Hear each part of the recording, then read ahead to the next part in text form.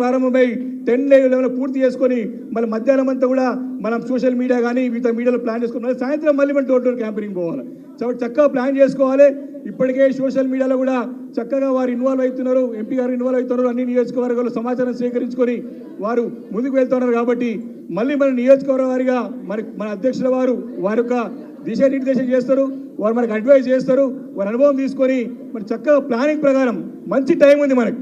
ప్రతి voter reach అయ్యి మన పార్టీ ఎందుకు గెలవాలి, రెండు జాతీయ పార్టీలు ఏ రకంగా మన రాష్ట్రాన్ని మోసం చేస్తూ ఉన్నాయి, ఏ రకంగా అణిచివేయడానికి ప్రయత్నం చేస్తూ ఉన్నాయి, ఇవన్నీ కూడా మనం ప్రజలకి వివరించాల్సిన అవసరం ఉన్నది.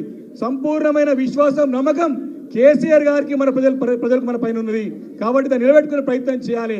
ఇప్పుడు కూడా కేసీఆర్ నాయకత్వం రాష్ట్రం బాగుపడుతుందని సంపూర్ణంగా నమ్ముతున్నారు మన ప్రజలు. కాబట్టి దాన్ని ఓటుగా మార్చుకునే ప్రయత్నం చేయాలి. రెండు జాతీయ పార్టీలు ఘోరంగా విఫలమైన పార్టీలు. కాబట్టి మన రాష్ట్రానికి ఏం చేయవు కూడా.